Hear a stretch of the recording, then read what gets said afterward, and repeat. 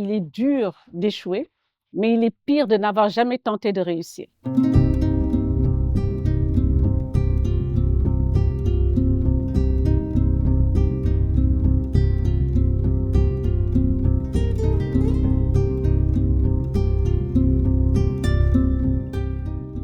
Je m'appelle Evelyne Tal.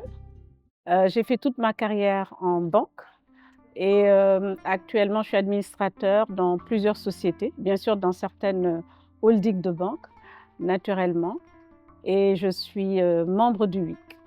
Pendant toute ma carrière, j'ai financé des économies et à la fin de ma carrière, je couvrais 30 pays africains.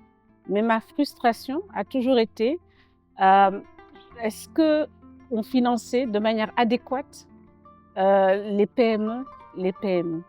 Et lorsqu'on parle des PME, on retrouve tout de suite des femmes. La deuxième préoccupation que j'avais, c'est de n'avoir pas eu le temps, peut-être, de donner assez aux femmes. Donc j'ai toujours été intéressée par l'impact. Au-delà du poste que j'occupais, c'était quel impact je vais avoir. Et là, j'allie les femmes et le financement qui me paraît aujourd'hui adéquat avec le WIC et qui fait que les entreprises pourront avoir accès plus facilement à d'autres types de financement bancaires et autres. Dans la pratique, je coach beaucoup.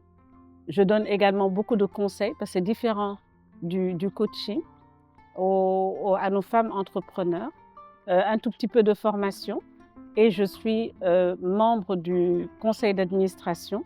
C'est un comité d'administration, mais c'est comme un conseil d'administration de WIC Capital et de la société de gestion du WIC.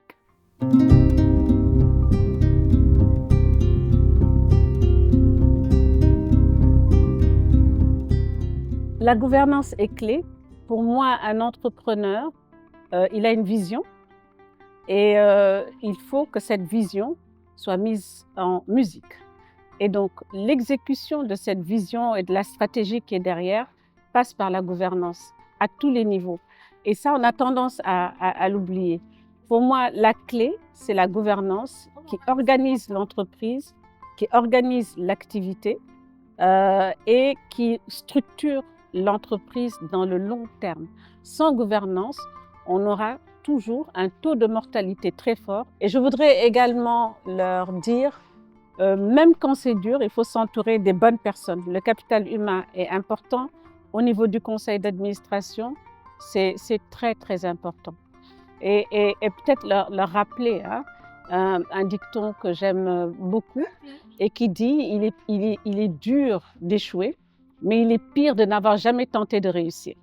Donc, chaque acte que nous posons dans notre vie, si on se disait que c'est l'héritage que je vais laisser, je crois que ça donnerait plus de poids aux décisions que l'on fait, aux actes que l'on pose, aux paroles que nous prononçons.